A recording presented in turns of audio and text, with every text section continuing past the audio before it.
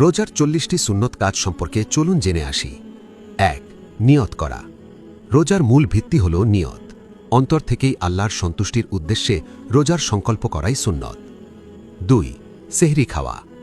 রোজার জন্য সেহরি খাওয়া সুন্নত এবং এতে বরকত রয়েছে। সাহরি রোজাদারের জন্য শক্তি ও রহমতের উৎস। ৩. দেরিতে সাহরি খাওয়া। ফজরের সময় হওয়ার একটু আগে সাহরি করা সুন্নাত, এতে বরকত বেশি হয়। ৪. সেহরিতে বরকতের দোয়া পড়া।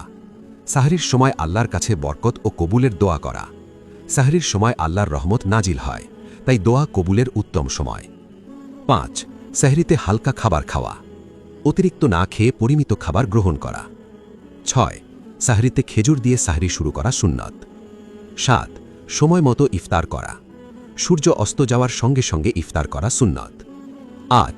ইফতারে দেরি না করা। অপ্রয়োজনে ইফতার বিলম্ব না করা। ৯. খেজুর দিয়ে ইফতার করা। রাসূল সাল্লাল্লাহু আলাইহি ওয়াসাল্লাম সাধারণত খেজুর দিয়ে ইফতার করতেন। খেজুর না পেলে পানি দিয়ে ইফতার করা সুন্নত। ১০. ইফতারের দোয়া পড়া। ইফতারের আগে ও পরে দোয়া করা। ইফতারের দোয়া পড়ে আল্লাহর শুকরিয়া আদায় করা সুন্নাত। ১১. ইফতারের সময় আল্লাহর কাছে বেশি দোয়া করা, কারণ এ সময় দোয়া কবুল হয়। ১২. রোজা রেখে খারাপ কথা না বলা। গালি, মিথ্যা, গীবত ও ঝগড়া থেকে বিরত থাকা। ১৩. ধৈর্য ধারণ করা, রাগ নিয়ন্ত্রণে রাখা ও সহনশীল থাকা। ১৪. বেশি বেশি কোরআন তেলাওয়াত করা। রমজানে কোরআন পড়া ও শোনা সুন্নাত আমল। রমজান কোরআন নাজিলের মাস, এ মাসে তেলাওয়াতের সওয়াব বহুগুণে বৃদ্ধি পায়। ১৫.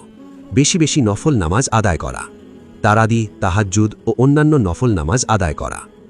১৬. বেশি বেশি জিকির করা। সুবহানাল্লাহ, আলহামদুলিল্লাহ, আল্লাহু আকবার পড়া। ১৭. দুরুদ শরীফ বেশি পড়া। নবীজি সাল্লাল্লাহু আলাইহি ওয়াসাল্লামের প্রতি বেশি বেশি দুরুদ পাঠ করা। ১৮. দান সদকা করা। রমজানে বেশি বেশি সদকা করা সুন্নত। ১৯. ইফতার করানো। রোজাদারকে ইফতার করানো বড় সওয়াবের কাজ। ২০. তওবা ও ইস্তেগফার করা। নিজের গুনাহের জন্য আল্লাহর কাছে ক্ষমা চাওয়া। ২১. চোখকে হারাম দৃষ্টি থেকে হেফাজত করা। রোজা শুধু পেটের নয়, চোখেরও রোজা। ২২.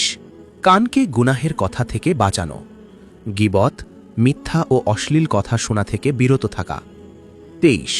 জিহ্বা সংযত রাখা। অপ্রয়োজনীয় কথা কম বলা। ২৪.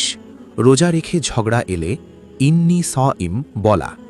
আমি রোজাদার, এ কথা বলে নিজেকে সংযত রাখা। ২৫. অহংকার ও আত্মপ্রশংসা থেকে দূরে থাকা। রোজা বিনয় শেখায়। ২৬. গরিব দুঃখীদের প্রতি সহানুভূতি দেখানো।